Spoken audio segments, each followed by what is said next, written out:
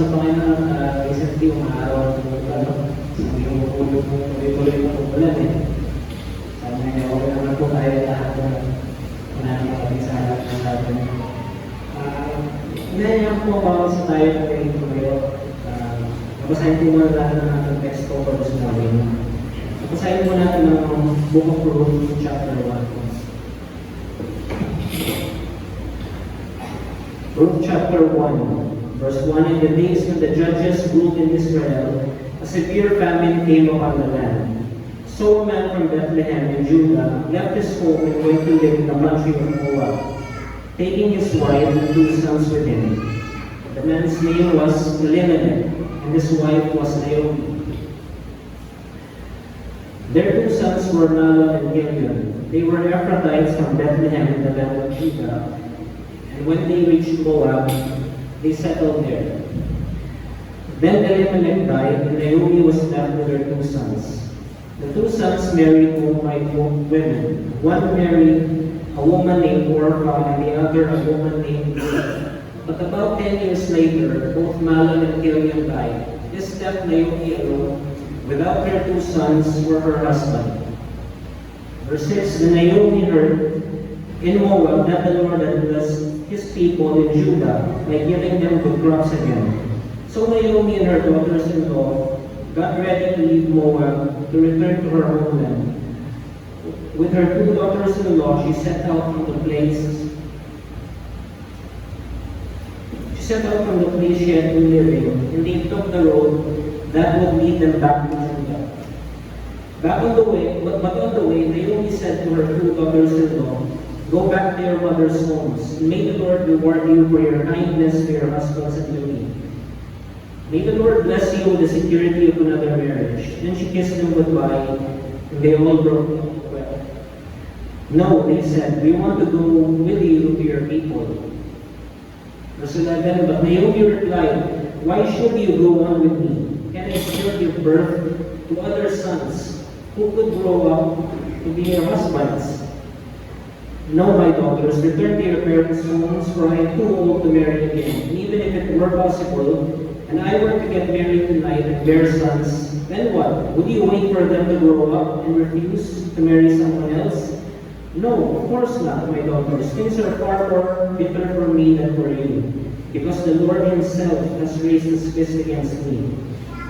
And again they went together, and Orpah kissed her mother-in-law goodbye. But Ruth clung tightly to Naomi. "Look," Naomi said to her, "your sister-in-law has gone back to her people and to her gods. You should do the same." But Ruth replied, "Don't ask me to leave you and turn back." Ruth replied, "Don't ask me to leave you and turn back.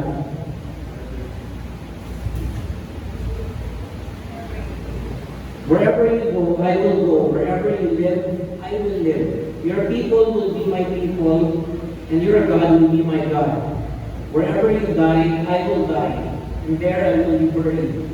May the Lord punish me severely if I allow anything but death to separate us." When Naomi saw that Ruth was determined to go with her, she said nothing more. So the 2 of them continued on their journey. When they came to Bethlehem, the entire town was excited by their arrival. "Is it really Naomi?" the women asked. "Don't call me Naomi," she responded. "Instead, call me Mara, for the Almighty has made life very bitter for me. I went away full, but the Lord has brought me home empty. Why call me Naomi when the Lord has caused me to suffer, and the Almighty has sent such tragedy upon me?" So Naomi returned from Moab, accompanied by her daughter-in-law Ruth, the young Moabite woman. They arrived in Bethlehem in late spring at the beginning of the barley harvest. Salamat po, marito tayo sila. How do we respond to suffering? Ano po yung walang tanong po namin this morning? How do we respond to suffering? Recently nga po, di ba, bukusan ko na po ang nangyari sa natin. Kita naman natin sa balita yung araw-araw. Sa lahat ng nangyari sa una po, you can see there is a range of suffering. Hindi siya isang klase lang. Yung iba, na-traffic lang dahil baka, so hindi galing sila nakauwi. That's a minor inconvenience. Yung iba, binaha talaga kasi yung bahay nila lubog sa baha, yung sasakyan nila, lubog sa baha, pasok sila. Pero, kumali pa rin sila. Yung iba po talaga, mga mahal nila sa buhay, inanong ng baha. Pwedeng sa sasakyan na nalunod sila, o yung bahay nila, bumubo. Iba-iba po eh. So, napakarami pong klase po ng suffering na nangyari po this week. Ngayon, lagi sinasabi tayo mga Pilipino, diba, we are resilient, so we are proud of that. Sure, pero baka hindi lang tayo natututo sa mga mali natin, diba? Baka sino ba yung mga leader na lagi natin pinapunto? Tayo mismo, paano natin alagaan yung kapaligiran natin, diba? Hindi din tayo natututo eh, so lagi din tayo mapipinsala. Ngayon, there are many kinds of suffering. Hindi lang ito eh, hindi lang nangyayari this week eh. Pwede walang ganyang sakuna, pero meron pa rin suffering tayo mararanasan. Meron tayong mga sa buhay na magkakasakit, mamamatay. Minsan yung pagkakasakit nila, napakatagal pa, napakahaba. So wala nung mas mahirap po, di ba? Nalagaan pa natin. Napakaraming klaseng suffering po. So hindi natin yung ilang mag-list na ito na dapat. Question din natin dito, how do we respond spiritually to this kind of suffering? So pinasa po natin kanina, in Ruth chapter 1, this is a story about providence, trust, integrity, grace, and ultimately Jesus. So providence, of course, that is God's hand in our lives. Trust, trusting in the Lord. Grace, of course, biyaya ng Panginoon ng Jesus. Wala naman si Jesus sa kwento, diba? Hopefully, makita po natin yung mamaya. Now, in studying the story of Ruth, ano po ba yung mindset na kailangan natin dito? Ano yung headspace kung nasaan tayo dapat kapag pinag-aaralan natin ito? Ngayon, ako po personally, wala pa akong masasabi ng palahedya talaga na experience ko ba yung napaka-close ng mahal sa buhay na mawala sa akin, diba? Wala pa pong gano'n eh. Pero yung iba sa atin dito na experience na po yun. Mamatay ng mahal sa buhay, or mawala ng trabaho, mawala ng kabuhayan. Marami po sa atin experience na yun. Kung hindi ba natin personally experience, for sure meron tayo makilala po na gano'n. Alam natin kung paano nila pinagdaanan yun. So ito po yung klase ng headspace or mindset na kailangan meron tayo habang pinag-aaralan natin yung story of Ruth. Pag gano'n po yung ating pag-iisip, kung alam natin yung pakiramdam ng tao na dumaan sa gano'n, or kung tayo mismo, naranasan natin yan, ito mapapatanong tayo yan eh. Minsan, di ba, where is God? Nasaan ang Panginoon? Have you ever felt that, di ba? May pinagdadaanan kayo, napatanong na kayo gano'n, parang wala yung Panginoon na nasaan ang Panginoon? Or di kaya, baka maging bitter tayo sa Panginoon, become bitter against God. Or even worse, we begin to walk away from God. So sa ating pag-aaralan po ngayon, makikita po natin yung binasa natin yung chapter, we can break this down into 3 parts. The onset of the suffering, 3 responses to suffering, and finally God's work in the suffering. So the onset of the suffering, isa po ng suffering ni Ruth. Binasa po natin verse 1, sabi, in the days when the judges ruled. Naalala po ba natin yung time na pinag-aaralan natin yung kwento ni Joshua or kwento ni Gideon? Kung naalala po natin, alam natin that these were dark times for the Israelite people. May ibalala po sa atin, panahon natin sabihin natin naalala niyo ba yung panahon na ganito? Let's take a time na gano'n. Kung sabihin natin, panahon ng COVID, na tayo magkakaintindihan. Alam natin yung pinagdaanan natin doon. Kung gagawin natin yung political, diba? Yung mga galit kay Duterte, sabihin nila, panahon ni Duterte. Yung kabila naman, yung mga galit sa mga Aquino, panahon ni Aquino, o diba? Hindi nyo sasabihin nila. Kumbaga magkakaintindihan sila. So itong panahon na to sa Israelites, yung opening pa lang po ng book of Ruth sa dito, in the days when the judges ruled. So doon pa lang may kwento na doon. Alam na nila kung ano yung panahon na yun, that these were dark times. And the author wants us to know that the times are dark unexpectedly. As we saw po kanina, yung Verse 1 pa lang, babasahin natin ulit. In the days when the judges ruled in Israel, a severe famine came upon the land. Sabi, may tagutong nga po sa kanila nung panahon na po.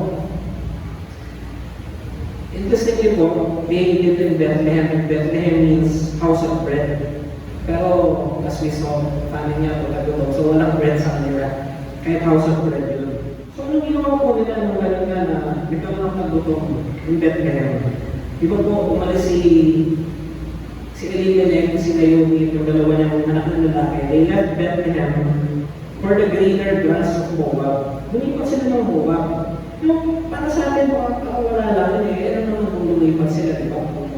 Kunyari, sa Japan, lumindol, masira na yung Japan. Ano ba nang masama dito sa paglalatuhan, di ba? Hindi po ganun yun. Nung panahon po nila, yung lugar po ng Moab, mga kalaban po nila ito. At ito po ay hindi na nila kalaban. Kalaban talaga po ng Panginoon. Kung kilala po natin ang mga Moabites, ito po yung mga descendants mula sa naging incest ni Lot sa kanyang panganay na anak na babae. So talagang these were not part of God's people. Kalaban po ito ng mga Israelita. Ang equivalent siguro na ito para sa atin ay yung maalis sa simbahan. Alam mo, Kristiyano ka na, ligtas ka na. Ngayon, aalis ka dito sa church, lilipat ka ng kulto. Parang ganun po yung ginawa nila dito. So, kaya nga po, first verse pa lang yan. Unang verse pa lang tinignan natin. And yet, ang sabi nga doon, in the days when the judges ruled, a severe famine came upon the land. So a man from Bethlehem in Judah left his home and went to live in the country of Moab, taking his wife and 2 sons with him. First verse pa lang po, ang dami nang hindi magandang nangyari. That is the days when judges ruled, yung tagtutong. And merong people of God, itong si Elimelech na lumipat ng Moab, sinama niya pa yung pamilya niya. Sumunod ng verses, namatay si Elimelech, ang dalawang anak nila, namatay din. So ngayon, naiwan po si Naomi, yung kanyang dalawang daughter-in-law. So now Naomi is a woman with no husband, no son, and no people. Noong panahon po nila, that would mean Naomi is absolutely destitute. Wala na po siyang papupuntahan. Noong panahon po na ito ay patriarchal po talaga ang kanilang society. So kapag wala kang anak na lalaki, wala kang asawa, wala kang prospect sa buhay talaga. So Naomi's world came crashing down in one half of a verse. Sa verse 2 po yan, di ba? Hindi pa tapos yung verse, pero tapos na yung buhay ng Naomi. Kung i-compare po natin kay Job, at least sa Job, mas marami siyang verses na kinuwento yung kanyang pinagtahanan. Hindi Naomi, half lang yung verse. Bumubuo na yung mundo niya. You know, that can also happen to us. Can you imagine that?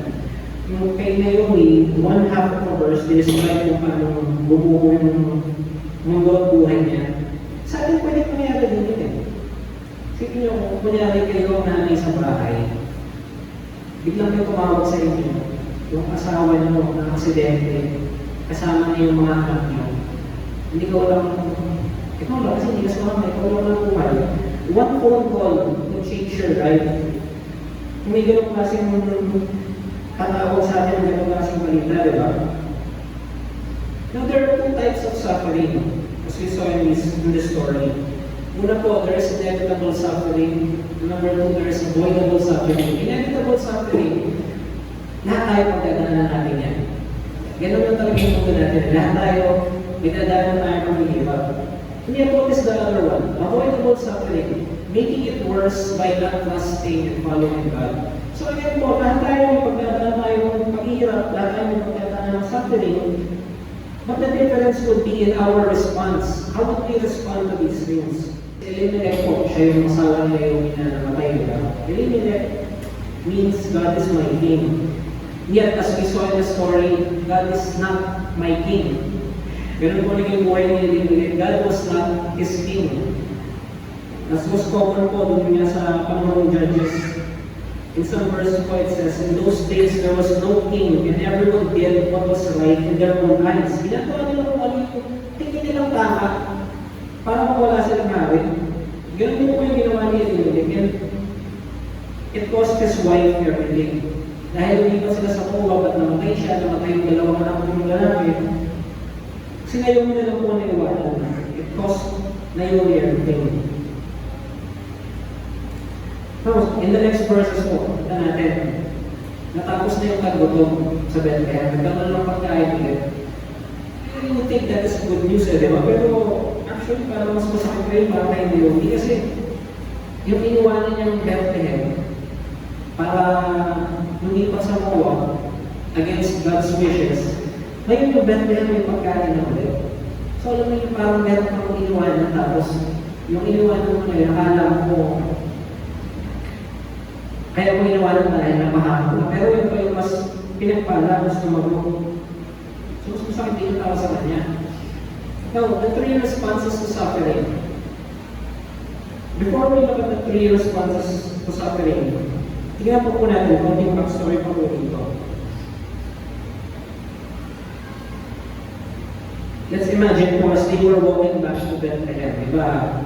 Bethlehem, tapos na nga yung tagutong. So pwede sila kumuwi. Ngayon, as they were going back to Bethlehem, ano ba yung nararamdaman nitong si Naomi? Ni Orpah, ni Ruth? Nare-realize siguro doon kung gaano ka-desperate talaga yung sitwasyon niya. Makabalik lang sila sa Bethlehem. Sige, tapos yung nagtutulog. Pero wala nga siyang asawang lalaki. Wala siyang anak na lalaki na buhay pa.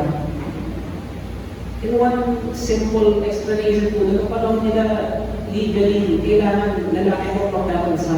Lalaki po yung may karapatan ng pagkarata. So, wala na po siyang magiging trabaho, wala siyang magiging property. Wala siyang ikakabuhay. Wala siyang ipapakain pa rin sa dalawang daughter-in-law niya. Idagdag din po natin dito yung fact na itong daughters-in-law ni Naomi ay Moabite women. Hindi sila Israelite. Nakakahiya po yung para sa kanila na hinayaan niya ang dalawang anak niyang lalaki na magkasama ng hindi Israelite. If we would compare that po sa panahon natin ngayon, we would siguro dito kung meron kayong kilalang Amerikano na puti, yung pinagalingan niyang pamilya ay sobrang racist. Gusto nila kapwa mo ilang pinakasawahin nila. What if yung isang anak nilang babae magkaroon ng anak na ang tatay ay Amerikano din pero itim. Ngayon yung anak na yun, dahil nga nahihiya niya, pinakampon niya, hindi niya pinakilala sa pamilya niya. Later on, itong anak niya na to, hinahanap pa rin siya. Ay hindi siya nagmalaki. So makilala siya. At sabi, pwede pa makapakilala mo din ako sa pamilya mo. Sabihin ng nanay, hindi kita pwedeng makilala sa pamilya, hindi tayo pwede magkita. Kasi isang tingin pa lang nila sa'yo, alam na nila kung ano ang ginawa ko.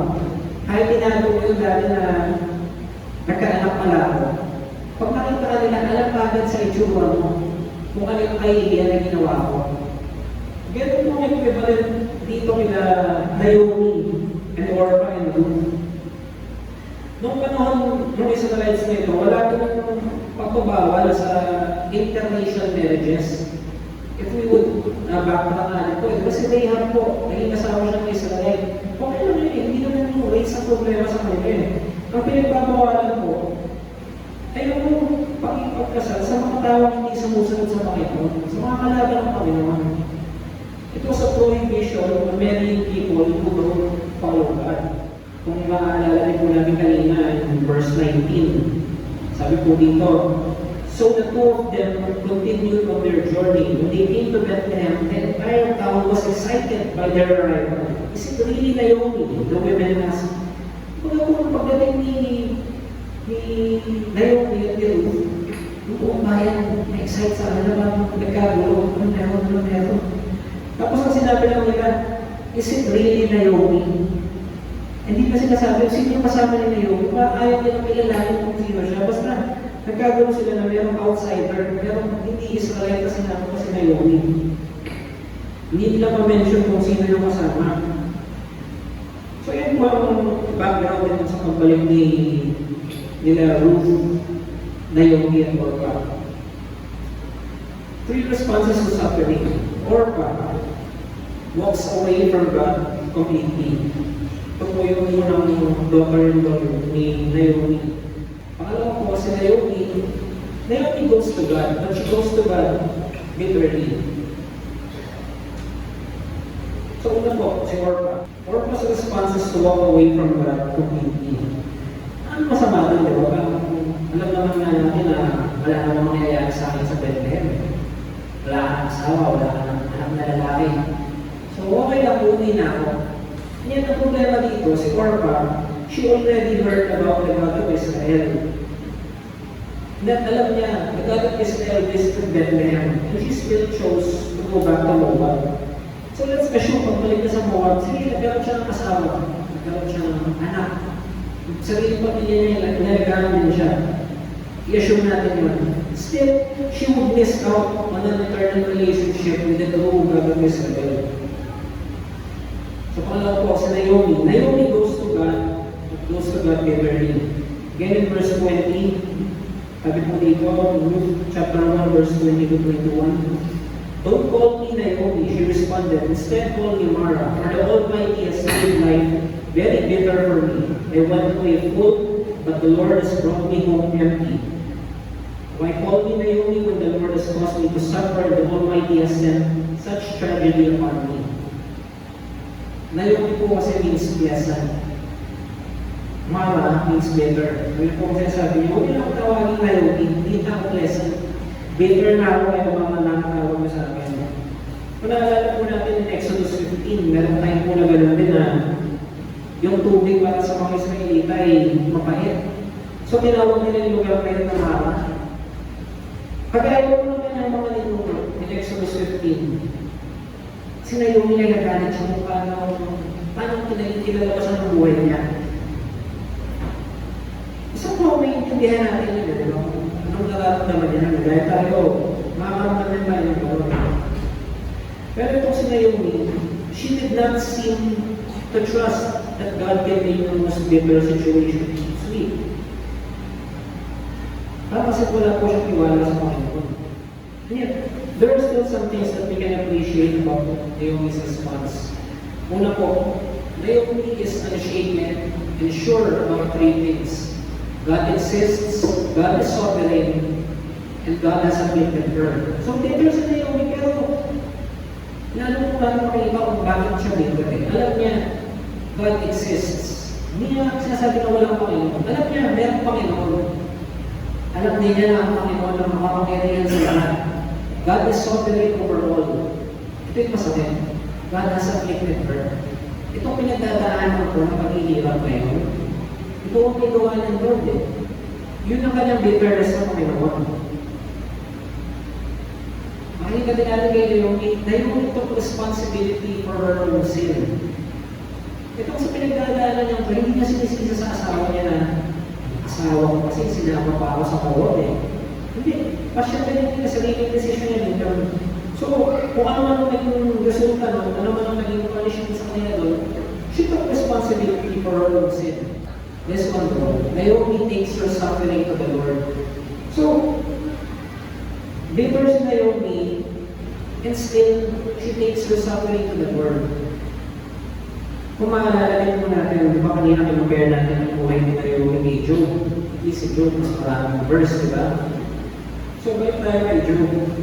Nung si Job po, nawala ng kabuhay niya. Nung nagkasakit siya, nung namatay yung mga anak niya. Ano po ang naging response ni Job? Sinabi ba niya, when God closes one door, He opens another. Ganun lang ba ang naging response niya? Parang okay lang. Or, I will just let go and let God. Ganun lang po ba yung response ni Job? Hindi po eh. Ang sinabi po ni Job, cursed is the day I was born. Kapag may isa pong nag-birthday dito, diba? Ako po, anak ko, ako din pala, mayroon ka din. Kung may mga recent na nag-birthday dito, sinusumpa ko yung araw na pinanganak ako. Yan po sinabi ni Job, ganun po pala yung kanyang galing din sa kanyang situation. And yet, God said in the book of Job, in all this, Job did not sin. So, even in this bitterness po ni Job, he was not cursing God. He was just grieving. So, para sa atin po, there is a fair amount of room for us to grieve. We can can be like Job mo na apektado lang sa ating pinagdadaanan. Siyempre, we can grieve.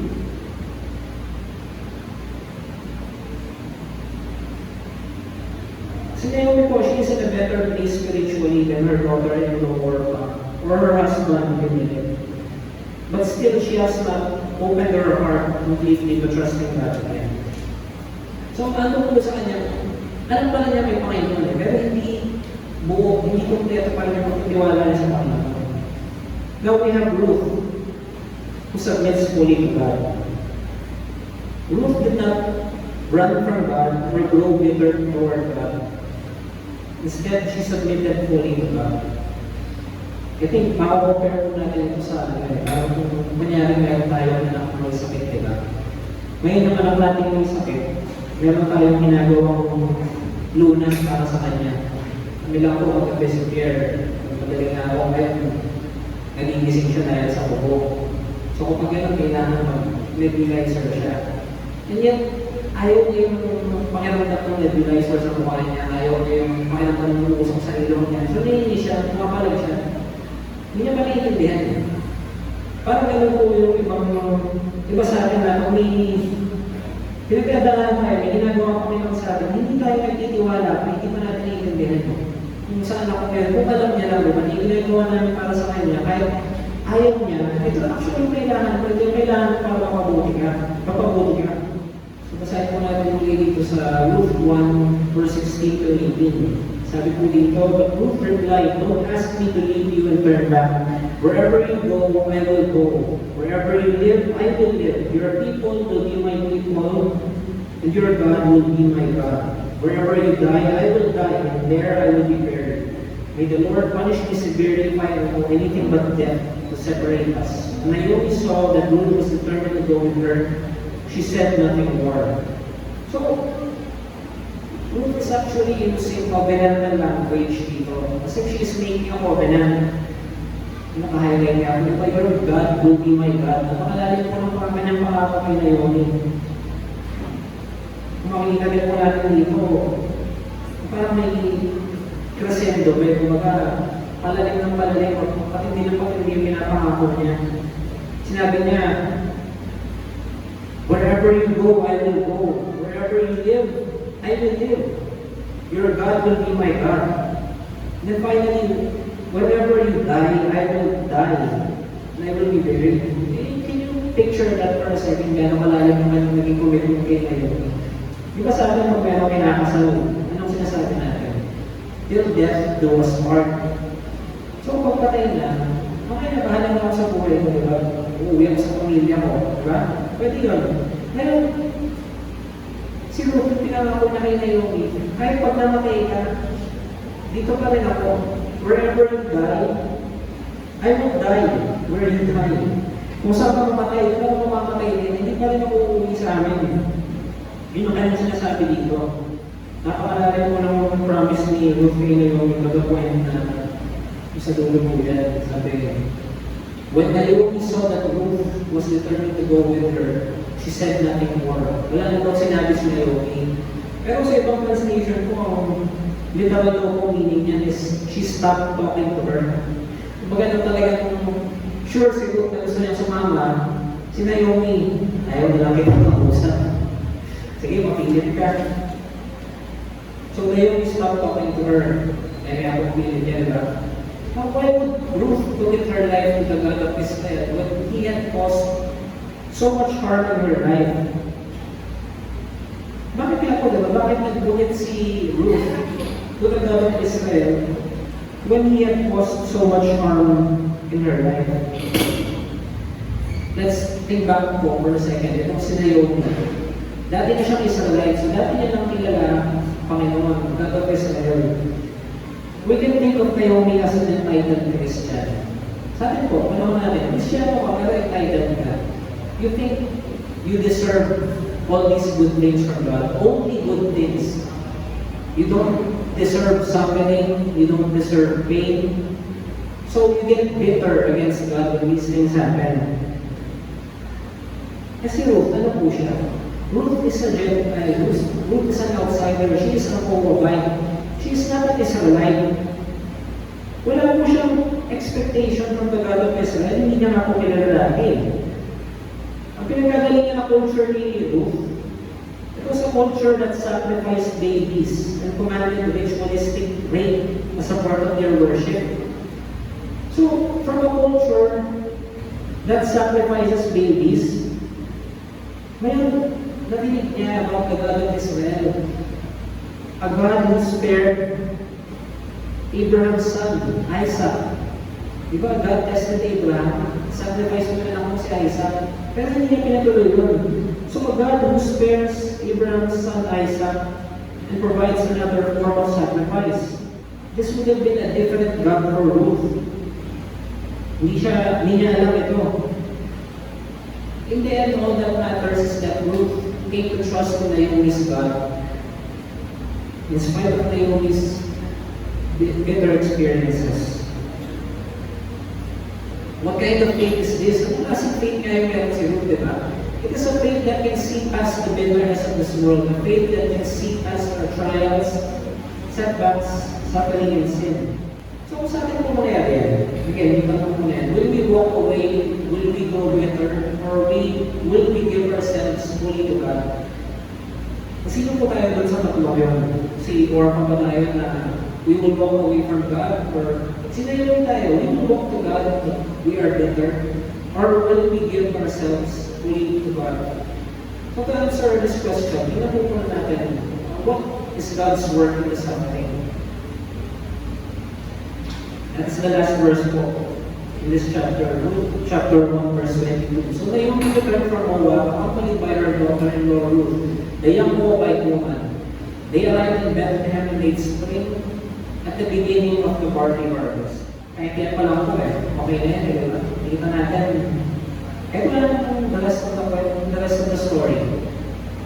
At the beginning of the barley harvest, nararamdaman niya na parang magpabago na yung sitwasyon. Things are about to turn around. Kung naghihirap sila, ngayon, baka maging sagana na. There is a barley harvest. But apart from that, ano pa nakita natin in the whole chapter? First, we have seen Naomi called home to the land and the blessing that was set apart for her as an Israelite. Again, si Naomi po na at one point in her life, tumalikod sa Panginoon, lumipat sa Moab, God called her back to Bethlehem. Despite her disobedience, despite her sin, pinauwi siya ng Panginoon. Second, we see that God does this in the darkest of times. Again, at the time when the judges ruled. So this was a dark time for them. Kung sa atin po, meron tayong dark times din na pinagdadaanan, still, God can still call us back, even during these times.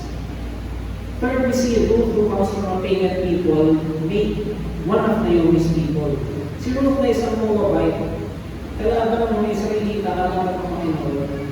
Now, she will be one of God's people.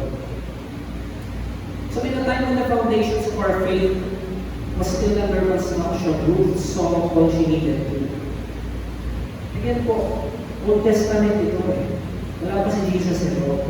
Wala pa yung sacrifice ng Panginoon para iligtas tayo sa kasalanan natin. Apart from siguro yung story ni Joshua, Gideon, nila Abraham, Moses, yun pa lang yung alam nila at this point So kulang-kulang pa yung kwento nila. And yet, Ruth could already see that she needs to trust God. So tayo na we already have the whole Bible. We have the complete picture. We have the whole story of the Bible up to Jesus. Up to our salvation. What excuse do we have to not trust God? Again, Ruth knew she was running from a God, small letter G, with a God who requires child sacrifice to a God who spared children. Sorry po, capital G na lang yung God who spared children. Ruth had no way of knowing that she was running to a God who would sacrifice His own Son to bring us into this kingdom. Di ba po kanina sabi natin, this story is also about Jesus. So yun po, hindi niya pa alam yan And then, she ran to this God who would later on sacrifice His own Son to bring us into this kingdom. You know what else po? Why is this story about Jesus? Kung magpa-fast forward tayo in the book of Matthew, the genealogy of Jesus, yung history po ng family ni Jesus, kung sino ba yung kanyang mga ninuno.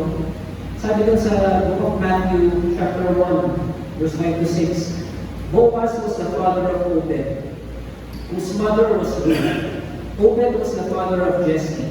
Jesse was the father of King David. So we know that Jesus is from the line of King David. Sino ang tatay ni King David? Si Jesse. Sino ang tatay ni Jesse? Si Obed. Sino ang tatay ni Obed? Si Boaz. Of course, yun po usually sa Bible, hindi ko kung sino yung tatay. Doon natin tinitrace. And yet, in this genealogy, sinama ko, whose mother was Ruth. Ang nanay ko ni Obed ay itong si Ruth. So, spoiler alert po. Diba, sa pag-iirang sila Ruth ngayon, sila Yomi. Yet, makikita natin later on, God will turn things around. It's all part of His plan. He intends to bring Jesus through the line of David, who came from the line of Ruth. Now, something po na hindi siguro natin makikita in reading the book of Ruth kanina. But the Hebrew word for repent or return is used 11 times in 22 verses. So, ulit-ulit po sinabi, repent, return. Siguro sa atin po, sometimes we feel like our world is crashing down. Alam lang natin, katapusan na ng mundo. Diba? Grabe yung pag-iyaw natin, grabe yung pinagdadaan natin. So sometimes, baka masalamat pa nga tayo kung ang pag-iyaw natin, hindi natin kasalanan. Ang masakit, yung pinagdadaan natin, sarili yung nagagawa natin. Alam natin, we are deep in sin, alam natin may pagkakamali tayo, may pagkakasala tayo. We are intentionally sinning against God. So yung nangyayari sa atin na masama, alam natin na harapat-dapat naman sa atin. But even then, we can repent and return to God.